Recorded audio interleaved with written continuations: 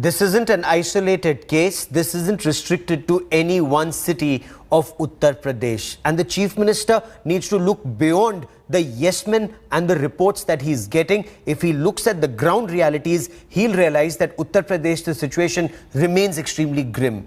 Hospitals in Meerut are running out of oxygen. They're not getting adequate medical supplies. For example, the KMC hospital principal, he admitted that 8 people lost their lives because of shortage of oxygen. This is one ground report from Meerut. We'll also get to the ground realities in Agra. Once again, officials may say there is no paucity of oxygen, but on ground there is.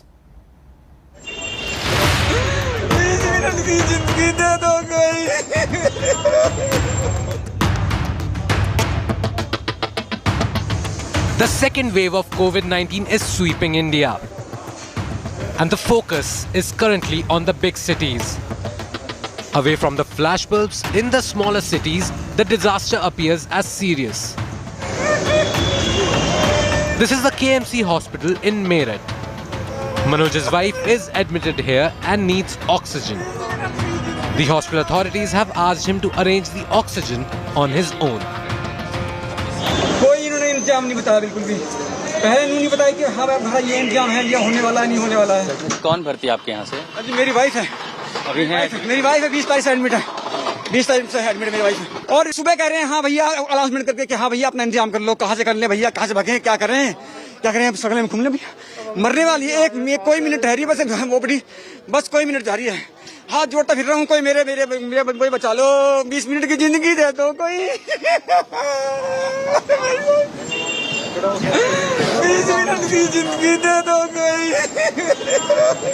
We are in Meerut, and here at KMC Hospital, a banner has been in fact put out by the hospital management, which says all the relatives of those who are admitted here are being informed that oxygen availability is solely depend on the district administration Meerut. Whatever supplies they are getting from the administration will be provided to the patients.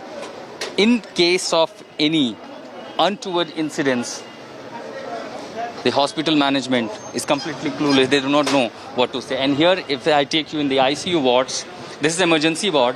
The COVID patients are being treated here. There have been several SOS issued by the hospitals from last night due to oxygen crisis. And all those who are put on the oxygen support, they have brought their own oxygen cylinders. And that's what the people are alleging, that there is no support from the administration while there's a surge in the cases. More and more patients needed oxygen support. And clearly, now this is making situation deteriorated in Meerut. Families of admitted patients are angry at being left to fend for themselves. अगर ये खत्म हो जाता तो हमारे पास fill कराने के लिए कोई ऑप्शन नहीं है, फिर हम क्या करेंगे, फिल कराएंगे या हमारे पास सिलेंडर नहीं है, आप अपना अरेंज करवा के ला सकते हो तो लाइए। इसलिए आपने खुद अरेंज किया? खुद अरेंज किया जी। इन्होंने सुबह मना कर दिया कि हमारे पास कोई अरेंजमेंट नहीं है, या तो पेशेंट को ले जाओ, हमारी कोई गारंटी नहीं है। Even as we listen to their woes, an oxygen cylinder rolls in. It is taken to the ward. मेरी सिस्टर 12 दिन से मेरे बेटा यहीं रहते हैं मेरठ में। मैं खुद दिल्ली से आया हूँ ऑक्सीजन लेके सुबह मॉर्निंग में। कैसे कैसे ब्लैक में लेके ऑक्सीजन लेके आऊँ, आप सोच भी नहीं सकते हैं। अस्पताल में सिलेंडर में छोटे 2 सिलेंडर मिले 50,000 रुपए के, 4,000 रुपए रिफिल के मांग रहे, खाली रिफिल के। और यहाँ इनके पास है नहीं, वो ब्लैक में भर के दे रहे हैं। 3 बजे से ऑक्सीजन नहीं है।